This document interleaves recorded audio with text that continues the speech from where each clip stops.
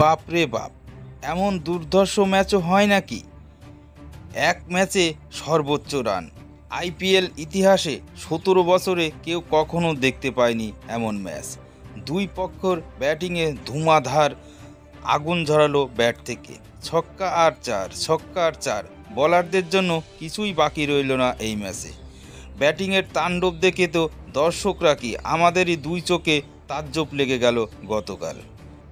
রোহিত শর্মার 200তম ম্যাচ খেলতে নেমেছিলেন এদিন। শচীন টেন্ডুলকারের আশীর্বাদ নিয়েই মাঠে নেমেছিলেন রোহিত।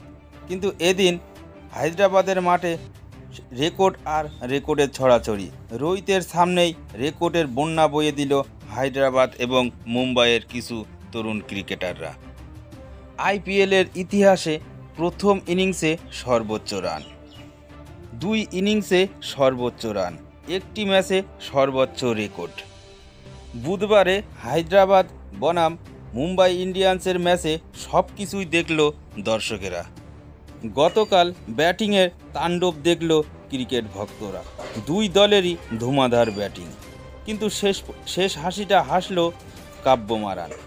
সানরাইজ হায়দ্রাবাদ মুম্বাইকে 31 রানে হারিয়ে দিল। ডাগ আউটেই বসে নিজের চোখের জল ঝরালো নীতা আম্বানি। নিজের দলের ভালো পারফরমেন্স দেখে খুশিতে নাচতে লাগলো কাব্যমারান।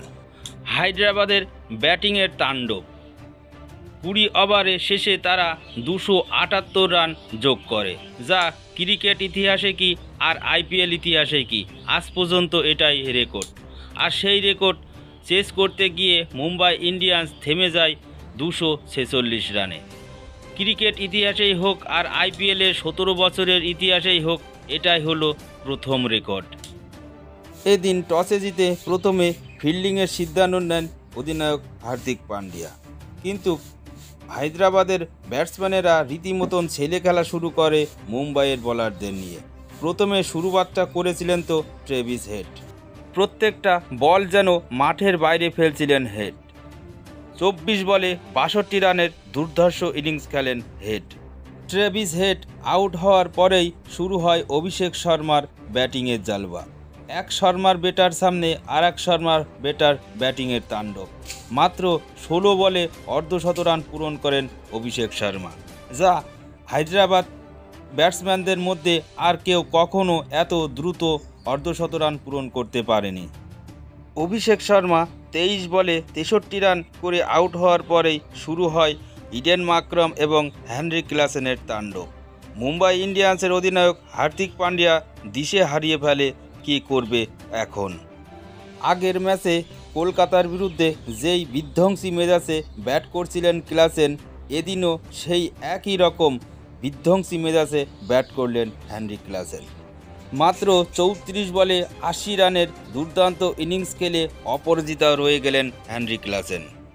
তবে তাকে যোগ্য সঙ্গত দেন ইডেন মাকরম। 28 বলে 42 রান করে নট আউট রয়ে গেলেন ইডেন মাকরম।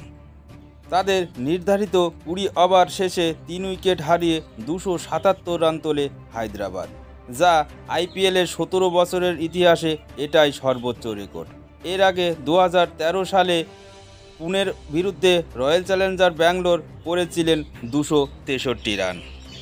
তবে সেই রেকর্ড টপকে এখন আর এক বিরল রেকর্ডের জন্ম দিল সানরাইজ হায়দ্রাবাদ।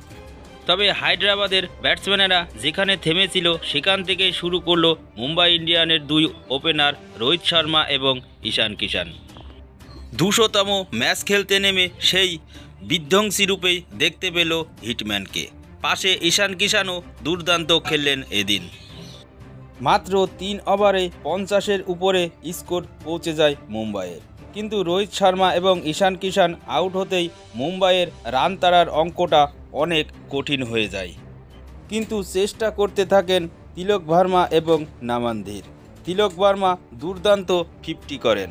পাশাপাশি নামানধীর 30 রানে আউট হয়ে গেলেই একটু কালোছার ছায়া পড়ে মুম্বাইয়ের। এরপর মুম্বাই ইন্ডিয়ান্সের আশা ভরসা হার্দিক পান্ডিয়া এবং টিম ডেভিডের উপরেই ছিল। কিন্তু হার্দিক কী করলো? 20 বলে 24 রান করে আউট হয়ে গেল। না বোলিং ভালো করছে, না ব্যাটিং ভালো করছে। এদিকে জসপ্রীত বুমরা একজন চ্যাম্পিয়ন বোলার, তাকে দিয়ে পাওয়ার প্লের মধ্যে বল করাচ্ছে না। কেন যে মুম্বাই ইন্ডিয়ান্স একে অধিনায়ক বানিয়েছে সেটা বুঝে উঠতে পারছি না।